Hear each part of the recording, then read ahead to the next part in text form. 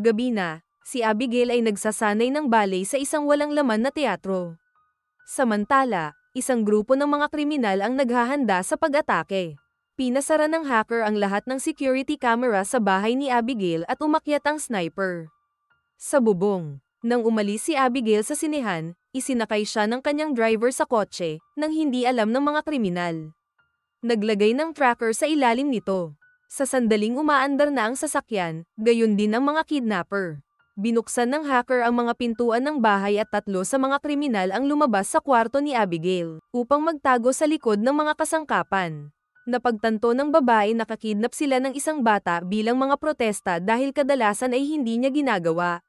Gulo sa mga bata, ngunit ang iba ay nagsasabi sa kanya na harapin ito. Hindi nagtagal ay umuwi si Abigail at humiga sa kama, kaya ginamit ng mga kriminal ang pagkakataong umatake. Sinubukan ng isang lalaki na hawakan siya, ngunit sinaksak ni Abigail ang kanyang kamay gamit ang isang lapis. Ang ibang lalaki ang pumalit at tinakpan ng kanyang bibig habang hinuhuli siya nito habang sinusubukan ng unang lalaki para suntukin siya, ngunit pinigilan siya ng babae na saktan ng isang bata. Pagkatapos ay tinurak niya si Abigail ng pampatulog para makatulog siya. Ang kalahati ng koponan ay naghihintay sa labas at binabalaan ang mga nasa bahay na mayroon. May paparating na sasakyan. Habang pinapanatili ng sniper ang paparating na sasakyan sa ilalim ng kanyang relo, nagmamadali ang 3 na ilagay si Abigail sa isang bag at lumabas sa bintana. Habang tumatawid sila sa hardin at muling nakikipagkita sa sniper, nag-activate ang mga alarma at mayroon sila tumakbo. Sa kabutihang palad, kinuha sila ng huling 2 kriminal sa oras at nakatakas sila ng walang mga issue. Habang nasa biyahe, sinusuri nila ang pulso ni Abigail para masigurado na ayos lang siya at piniringan siya. Kapag malapit na silang makarating sa isang trapiko, sinabihan ng hacker ang driver na kumuha ng iba kalsada, ngunit biglang lumiko ang driver at itinago ang van sa likod ng isang malaking truck. Maya-maya ay nakarating sila sa kanilang destinasyon, na isang lumang abandonadong mansyon sa labas. Ang lungsod. Doon sila nagkita ni Lambert, ang lalaking nag-hire sa kanila. Pagkatapos nilang pinusisan si Abigail sa isang kama, pinaalalahanan ni Lambert ang grupo ng mga patakaran. Hindi sila dapat magbahagi ng anumang mga pangalan o backstories, at dapat nilang iwasan ang pagiging malikot, kanilang sarili. Ito ay isang 24 na oras na trabaho, kaya dapat nilang alagaan si Abigail hanggang sa may padala ng kanyang mayamang ama ang $50 milyon. Hindi sinasabi sa kanila ni Lambert kung sino ang ama, ngunit kinukolekta niya ang mga telepono ng lahat upang maiwasan sinusubaybayan. Bago umalis, binibigyan ni Lambert ang bawat miyembro ng koponan ng codename na inspirasyon ng Rat Pack. Pagkatapos ay nagsimulang tangkilikin ng koponan ang lahat ng inumin sa bahay. Tumanggi si Joey na ibahagi ang kanyang candy kay Dean, na nagpapanggap na matalino at sinusubukang manghula. Backstory ng lahat, ngunit nabigo siya. Kapag kinukutsa siya ni Joey, ang iba ay pumupusta ng pera para makita kung kaya niyang mas mahusay, at sa pamamagitan ng pagbabasa. Ang kanilang wika sa katawan, pananamit, at mga personalidad ay nahulaan niya ng tama. Si Frank ay dating detective, si Peter ay isang demoted mob enforcer, dumating ang hacker na si Sammy. Mula sa pera at ginagawa ito para masaya, si Rickles ay dating marine sniper. At si Dean ay isang sociopath, driver. Bilang kapalit, tinapos ni Frank si Joey bilang isang nagpapagaling na adik. Pagkatapos ay tiningnan ni Joey si Abigail, na nagreklamo na masyadong masikip ang piring. Tinakpan ni Joey ang mukha niya at tinanggal ang piring, napansin niya rin na nakaposas. Sinasaktan siya kaya binabawi niya ang kanyang mga kamay sa harap. Dahil umiiyak si Abigail, ipinaliwanag ni Joey na hindi nila siya sasaktan at pera lang ang gusto nila. Kaya pinagagawa siya ni Abigail ng pinky promise. Ibinahagi ni Joey na mayroon siyang anak, at bilang kapalit ay sinabi ni Abigail sa kanya na nagkamali sila dahil walang pakialam sa kanya ang kanyang ama. Nang aalis na si Joey, sinabi ni Abigail na ikinalulungkot niya ang mangyayari sa kanya. Nag-aalala, muling sumama si Joey sa grupo at sinabi kay Frank na maaaring marahas na tao ang ama ni Abigail. Tinanggihan ito ni Frank habang sinusubukan ni Abigail na pahirapan si Joey, ngunit kapag naabala ang lahat, pumunta siya para tingnan ang bata. Laking gulat niya nang makita siyang walang blindfold at agad na tinakpan ang mukha habang nakaturo. ang baril nito sa kanya hanggang sa sumumpa itong hindi niya nakita. Pagkatapos ay pinindot siya ni Frank hanggang sa sabihin niyang ang tatay niya ay si Christy kay Lazar. Sa sobrang takot, tumakbo si Frank pabalik sa grupo at ibinalita na aalis na. Ang iba ay humihingi ng paliwanag at ipinaliwanag ni Frank na ang babae ay si Cristo mula sa anak ni Lazar, isang napakadelikado at makapangyarihang amo ng krimen. Kinikilala din ni Joey at Rickles ang pangalan at ibinabahagi ang pag-aalala ni Frank. Ang isang argumento ay nagpapatuloy kung paano magpatuloy at sa huli ay nagpasya silang manatili upang makuha ang pera na maaari nilang gamitin sa ibang pagkakataon upang makatakas at magsimula ng bagong buhay na malayo doon. Dahil sa pag-aalala, nagpasya silang tingnan ang babae at hanapin itong mabuti sa silid. Si Rickles ay natatakot pa rin kay Valdez at gusto nang umalis. Ngunit nang buksan niya ang pintuan sa harapan, nagulat sila nang matuklasan nila ang isa pang barred gate. Sinubukan ni Peter na itulak ito ng walang pakinabang, at nag-trigger ito ng isang sistema ng seguridad na sumasaklaw. Lahat ng mga bintana, ibig sabihin, ang grupo ay natigil sa loob. Napagpasyahan ni Joey na ito ay isang bitag at tumakbo si Rickles upang suriin ang kanyang sandata, para lamang makahanap ng baril. Sumugod si Joey kay Abigail at tinanong kung may nakita siyang iba bukod sa kanya sa Frank, ngunit, si Abigail ay kung saan wala siya.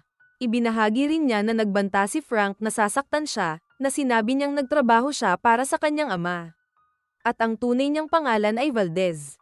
Pagkaraan ay nakipagkita si Joey kay Rickles at pareho nilang ibinahagi ang kanilang nalalaman, na naghihinuhan na hindi magkaroon ng kahulugan. Sumang-ayon silang maghanap ng paraan palabas, ngunit habang sinusubukang lumabas ni Joey sa silid, nakarinig siya ng ingay. Si Rickles ay nakatayo na medyo awkwardly. Kaya pumunta siya upang tingnan siya at natakot na matuklasan na siya ay malubhang nasugatan. Bumagsak ang bangkay nito sa kanyang mga bisig at ibinaba siya nito bago nagmamadaling bumaba. Itinutok ng galit na si Joey ang kanyang baril kay Frank, na inakusahan siyang si Valdez at pinatay si Rickles. Inilabas din ni Frank ang kanyang baril at sinabing hinahayaan ni Joey si Abigail na manipulahin siya. Hiniling niya kay Pedro na gawin ang tungkol kay Abigail, kaya pumunta si Pedro sa silid upang patayin siya. Bago siya makapana, dumating si Joey at mabilis siyang dinisarmahan. Samantala, madaling tinanggal ni Abigail ang mga posas at tumayo, gamit ang isang ballet move upang ipakita ang totoo niyang mukha, isa siyang vampira. Tinalon ni Abigail si Peter at kakagaitan na sana siya, ngunit binaril siya ni Frank. Sa gulat ng lahat, napaupo na lang si Abigail habang naghihilom ang sugat.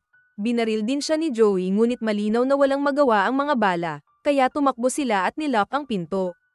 Pinag-usapan ng grupo kung ano ang gagawin ng mapagtanto nilang si Abigail ay si Valdez sa lahat ng panahon. Ang lahat ng mga pinto ay nilagyan ng magnetically sealed lock at shutters na 2 pulgada ang kapal, para hindi sila masira at walang kagamitan si Sammy para i-hack sila. Ang tense ng lahat at nang hilingin ni Peter na magdahan-dahan. Hinawakan siya ni Frank sa leeg. Pagbabanta sa shut up, sa huli, kumuha sina Frank at Joey ng mga pool stick para gumawa ng mga pusta habang si Sammy ay naghahanap ng bawang. Sa kusina, hindi tumulong si Joey dahil iniisip niya na ang pagpatay kay Abigail ay magagalit lamang sa kanyang ama.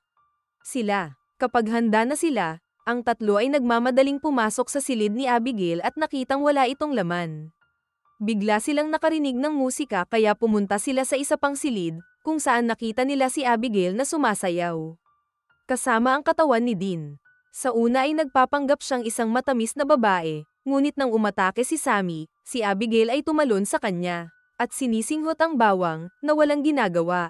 Si Frank ay itinulak ng sinubukan niyang tulungan ngunit nagawa ni Peter na kunin siya. Gayunpaman, madaling itinapon siya ni Abigail sa lupa at kinuha ang krus mula sa kanyang kwintas.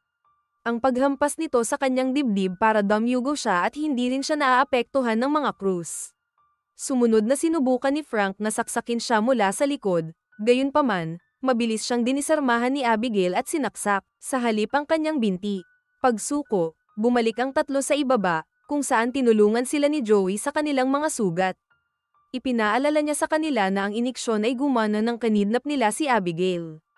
At sila pa rin, magkaroon ng ekstrang iniksyon. Pumayag silang maghiwalay at kung sino man ang unang makakahanap sa babae ay dapat ipaalam kay Joey sa pamamagitan ng kanilang earpieces para masorpresa niya siya gamit ang isang searing. Ang grupo ay nagsimulang maghanap sa bahay at si Sammy ay kumuha ng isang dirty quarter, kung saan siya nagulat. Sa pamamagitan ng isang grupo ng mga paniki. Ito ang dahilan ng pagkahulog niya sa pool at napasigaw siya nang malaman niyang puno ito ng tubig. Nabubulok na mga katawan. Mas malala pa, kailangan niyang gumapang sa kanila para makaalis. Samantala, nagulat si Abigail kay Peter, na tumakbo palayo sa takot at nilock ang pinto sa likod niya. Gayunpaman, sinira ni Abigail ang pinto at patuloy na hinahabol siya habang tumatakbo siya ng may ballet moves. Si Peter ay tumatakbo ng mabilis hanggat kaya niya nang biglang binuksan ni Frank ang isang pinto at hinampas siya, dahilan para mahulog siya sa riles. Pagkatapos ay hinabol ni Abigail si Frank. Tinulak siya pababa ng hagdan bago siya pinaupo. Ginamit ni Joey ang pagkakataon para subukang iturok siya ngunit tinamaan ni Abigail ang kanyang kamay para ipadala ang searing. Lumilipad sa isang nakakandadong gate. Hinawakan ni Sammy si Abigail at hinayla, kaya gumanti ang bata sa pamamagitan ng pagkagat sa kanyang braso. Sumunod, hinawakan ni Abigail si Frank sa paa at nagsimulang lumipad, para lang si Peter ang biglang humarap kanya at gawin siyang ihulog si Frank. Hinawakan ni Peter si Abigail habang kinukuha ni Joey ang searing, mabilis na nag-inject. Ang pampakalma kay Abigail. Ang bata ay gumawa ng ilang seryosong pagbabanta at tinawag si Joey ng mga kakilakilabot na bagay bago namatay. Nataranta si Sammy at iniisip kung magbabago ba siya dahil sa kagat. Ilang sandali pa, nagising si Abigail na nakakulong sa isang elevator. Sinabi ni Joey na kung ibunyag niya kung paano makaalis doon, hahayaan siya ng mga ito. Sa halip, inamin ni Abigail na pinlano niya ang lahat at si Lambert ang nagtatrabaho para sa kanya. Alam pa niya ang lahat ng kanilang tunay na pangalan at backstories. Sinimulan ni Sammy ang kanyang karera sa pamamagitan ng pagkuha ng pera mula sa kanyang mayamang magulang na bank account at sa huli ay hinabol ang isang partikular na malaking isda. Si Peter ay nagsilbi bilang kalamnan para sa isang pamilya ng krimen at nagnakaw mula sa kanyang mga tauhan. Pinasok ni Frank ang isang partikular na pamilya ng krimen habang nagtatrabaho bilang isang tiktik at nauwi sa kasiyahan. Ang ilegal na buhay. Si Joey ay isang dating army medic na natanggal dahil sa pagiging adik sa gamot at umalis siya. Ang kanyang anak kasama ang kanyang masamang ama upang maging isang doktor sa ilalim ng lupa para sa ilang napakakulimlim na mga tao. Isang araw hindi niya sinasadyang napatay ang isang miyembro ng gang habang sinusubukang tanggalin ang isang bala. Ito ay lumiliko na lahat ng tao dito ay mali si Lizer o ang kanyang barkada sa ilang paraan. At sinabi ni Joey kay Abigail, pinapatay ang mga kaaway ng papa niya para lang mahalin siya nito. Hindi agad sila pinatay ni Abigail pagdating nila dahil mahilig siyang paglaruan ang kanyang pagkain. Sinabi niya na kung pakakawalan nila siya, hahayaan niyang mabuhay. Iminungkahi ni Frank na patayin siya, kaya binago ng galit na si Abigail ang alok na iligtas lamang ang isa na nagpapalabas sa kanya. Mabilis na inilabas ni Peter ang kanyang baril at ganoon din ang ginawa ni Joey sa pagpapaliwanag nila ni Frank kay Abigail. Ay nagsisinungaling. Dahil sinubukan pa rin ni Peter na palayain siya, binaril siya ni Joey. Pagkatapos ay umalis ang grupo maliban kay Frank, na nagboluntaryong magbantay. Matapos mawala ang lahat, sinabi ni Frank na hahayaan niya siya kung sasabihin niya sa kanya kung paano lalabas ng bahay. Ipinaliwanag ni Abigail na dapat niyang hilahin ang aklat ni Agatha Christie sa silid-aklatan upang magbukas ng isang lihim na pinto. Pinasalamatan siya ni Frank ngunit tumanggi siyang pakawalan, kaya madaling sinira ni Abigail ang pinto para itulak siya. At sumasayaw patungo sa kanya. Sa sandaling iyon ay dumating si Joey at binali ang mga tabla na gawa sa kahoy sa isang bintana, na nagpapahintulot sa sikat ng araw. Ang liwanag ay agad na nasusunog sa kamay ni Abigail at tumakbo siya upang magtago sa mga anino kaya siya. Maaaring muling palakihin ito habang si Joey at Frank ay tumakas. Ang buong grupo ay nakarating sa library at nananatili sa ilalim ng sikat ng araw na pumapasok. Maagang bumukas ang mataas na bintana Joey. Walang nangyayari kay Sammy, kaya gaman ang loob niya sa pag-aakalang hindi na siya lilinggan. Hinayla ni Frank ang librong binanggit ni Abigail ngunit walang nangyari dahil nagsinungaling din siya. Habang siya ay nag-aalboroto, sinubukan ni Joey na sirain ang pader upang hindi mapakinabangan. Naubusan na siya ng candy kaya nababalisan na siya. Ipinaliwanag ni Joey kay Sammy na iniwan niya ang kanyang anak upang maglinis at ginagamit ito ng plano. Biglang nagpatugtog muli si Abigail ng musika at nakontrol si Sammy salamat sa kagat. Mabilis siyang nag-transform sa isang vampira at inatake si Peter, kinagat ang kanyang leeg. Kinausap siya ni Abigail sa pamamagitan ni Sammy habang patuloy siyang pinapakain at pinapatay. At masaya si Abigail sa pagsasayaw ni Sammy tulad ng ginagawa niya. Maya-maya ay dumating sina Joey at Frank, kaya itinago ni Sammy ang kanyang mukha. Gayunpaman ang iba ay kainahinala, kaya ipinakita sa kanila ni Sammy ang kanyang pagbabago at ang duo. Agad na tumakbo palayo. Hinabol sila ni Sammy at nakarating sila sa library, kung saan ginamit ni Abigail ang boses ni Sammy. To explain she hates that room dahil doon siya binalingan ng tatay niya. Kumuha si Joey ng tray at naaninag ang sikat ng araw dito, dahilan para sumabog ang katawan ni Sammy. Sa sandaling iyon ay bumukas ang isang lihim na pinto at kahit na sa tingin ni na Joey at Frank ay isang bitag. Nagpasya sila, para dumaan pa rin. Matapos dumaan sa isang koridor, nakita nila ang kontrol ng mansyon at si Lambert, na isang vampira. Masyadong. Hinawakan ni Lambert si Joey sa leeg habang ipinapaliwanag niya ang lahat. Binalingan siya ni Abigail 2 taon na ang nakalilipas nang malaman niyang tinulungan niya si Frank na makalusot sa gang. Pinagbantaan din niya ang kanyang pamilya, at ngayon ang ginagawa niya ay dalhin ang lahat ng mga kaaway ng kanyang ama dito para maglaro siya. Naabisuhan na niya si Lazar tungkol sa sitwasyon, at papunta na siya sa mansyon. Gustong pumatay ni Lambert, parehong si Abigail at ang kanyang ama, kaya nag-aalok siya na ibalik si Frank kung manganggako siya. Para tumulong, pumayag si Frank, kaya pinatumba ni Lambert si Joey at kinagat si Frank.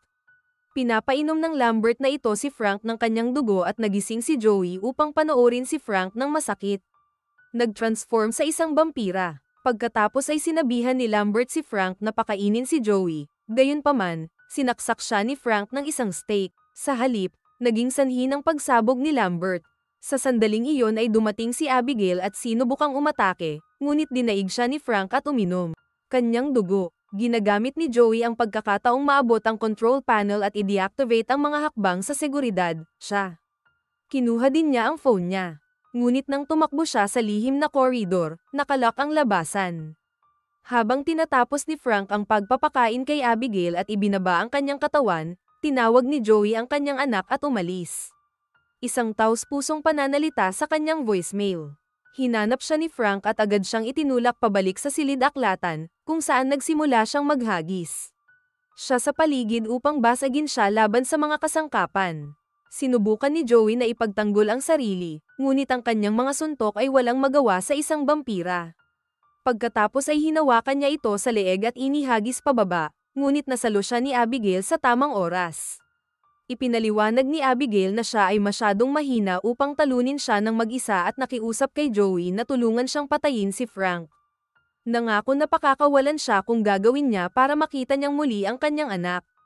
Lumapit sa kanila si Frank at nagsama-sama ang mga babae upang simulan ang pakikipaglaban sa kanya, ngunit gaano man kahirap. Sinubukan nila, halatang mas malakas siya sa pinagsamahan nilang dalawa. Pagkatapos niyang patumbahin si Abigail, sinaksak niya si Joey sa balikat ng tulos at nakuha. Nakadikit siya sa isang haligi. Pagkatapos ay bumalik siya sa pakikipaglaban kay Abigail. Kinagat muli siya habang itinataas ng dalaga ang kanyang pinky. Paalalahanan si Joey sa kanilang pangako. Isang Abigail ang nakababa. Inalis ni Frank si Joey sa stake at kinagat ang kanyang leeg bago ihagis siya sa sahig. Nang magising siya, ginamit ni Frank ang kanyang kapangyarihan sa vampira para pilitin siyang kunin ang stake at umalis. Pagkatapos ni Abigail, gayunpaman, nagpapanggap si Joey, kaya tumalikod siya at itinulak si Frank, na ibinigay kay Abigail. Pagkakataong tumalon sa kanya. Muli niya itong nilabanan habang ipinapaliwanag niya na ang mga kapangyarihan ay tumatagal upang ganap na mabuo kaya hindi niya magawa. Habang ginagambala sila, kinuha ni Joey ang stake at hinayla si Frank pababa, pagkatapos ay siya at nakipagtulungan si Abigail para saksakin siya at pasabog. Pagkatapos ay nag-aalala si Joey na maaaring magbago rin siya, ngunit kinumpirma ni Abigail na hindi ito mangyayari. Dahil patay na si Frank. Gaya ng ipinangako, hinayaan ni Abigail si Joey at sinabing hanapin ang kanyang anak. Biglang may humawak sa balikat ni Joey, ang ama ni Abigail na si Lazar, na nagsasabing marami siya, mga pangalan sa paglipas ng mga taon. Gusto niyang patayin si Joey, gayunpaman lumapit si Abigail sa kanyang pagtatanggol, sinabing iniligtas ni Joey ang kanyang buhay. At nandyan para sa kanya noong wala siya. Hinalikan ni Lazar ang kamay ni Joey bilang pasasalamat at binitawan siya. Nagmamadaling bumalik si Joey sa van at nalaman niyang may natitira pa siyang lollipop, kaya kinain niya ito habang nagmamaneho palayo. Tiyaking mag-subscribe at i-on ang mga notification para makapanood ka ng higit pang mga video na tulad nito. Salamat sa panonood.